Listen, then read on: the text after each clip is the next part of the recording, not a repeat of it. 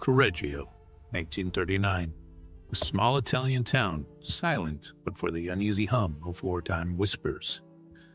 Inside a modest, well-kept house on Corso Cavour, a mother watches her son, Giuseppe, polished and proud, ready to answer his nation's call, and in her heart, something dark wakens. War comes again, Giuseppe. My firstborn, I hope, must live. My children have died one by one. I cannot bear another death. But how to stop fate?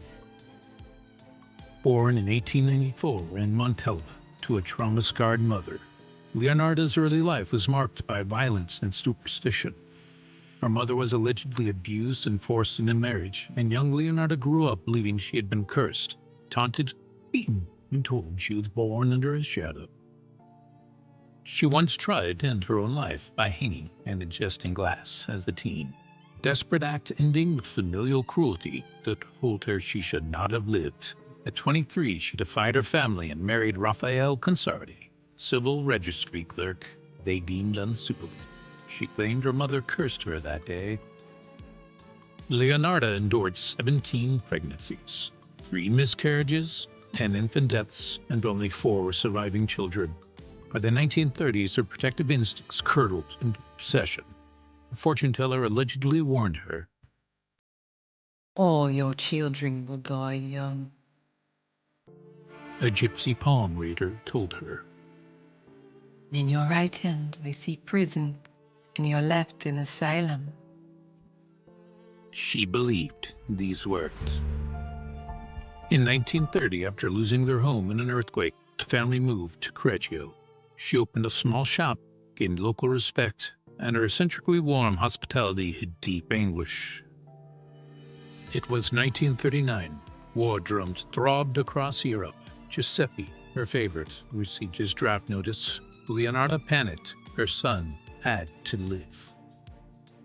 She claimed in later testimony her deceased mother appeared in dreams, demanding a tribute of blood for each child she wanted to spare.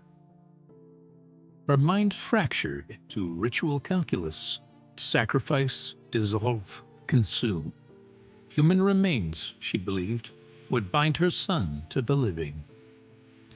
Soon her first victim, Faustina, enters by candlelight. She's a shy spinster, 70, lured by promises of marriage in distant Pola.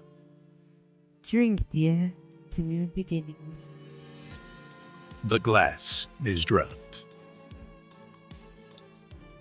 The axe falls. The decomposing work begins.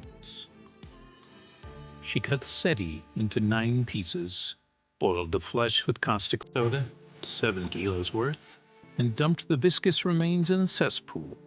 The blood was dried and mixed with sugar, chocolate, flour, milk, eggs, and baked into tea cakes. She and Giuseppe ate them. She even served them to neighbors. Faustina's savings, 30,000 lira, went into Leonarda's pocket.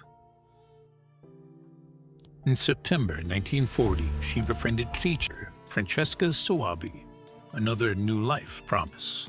Same modus operandi: drugged wine, axe, caustic pot.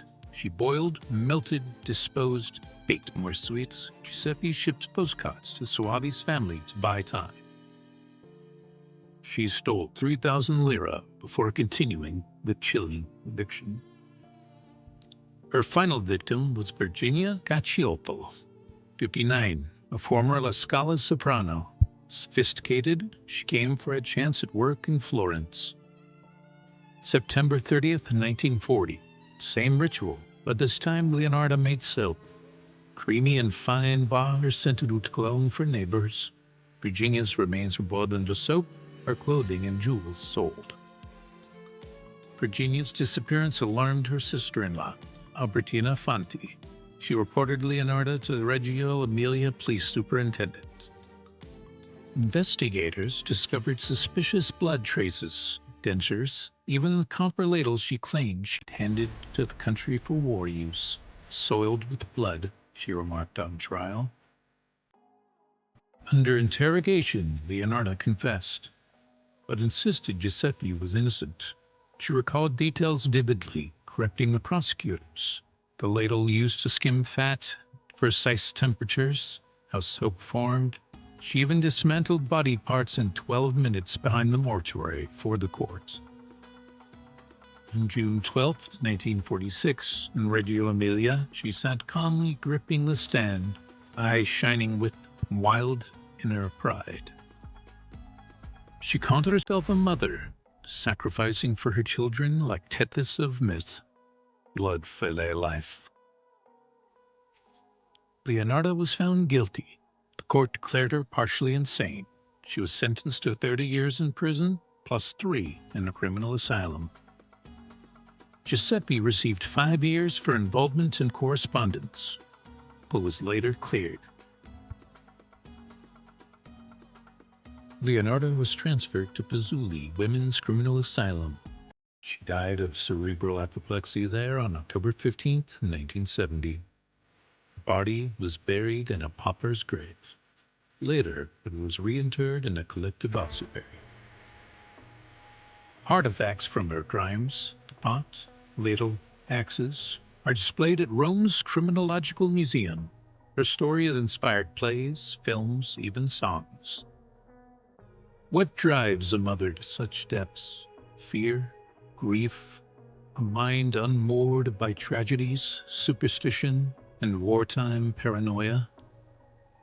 Leonarda Cianciulli bound her fate and her children's to the blood of innocents, making offerings in the darkest sense.